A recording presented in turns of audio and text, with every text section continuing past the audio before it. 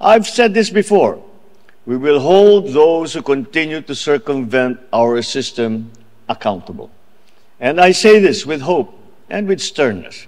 Hope that we all see the value in contributing to our country, and that the law will deal sternly against those who exploit the system unfairly. Makakaasa po kayo na mahigpit natin babantayan ang paggugol sa pondo ng bayan. Sisiguruhin natin na ang ating pondo ay magbubunga ng mga proyektong ikabubuti ng ating bansa at ikauunlad ng bawat isang Pilipino. Kaya't gampanan natin ang ating tungkulin.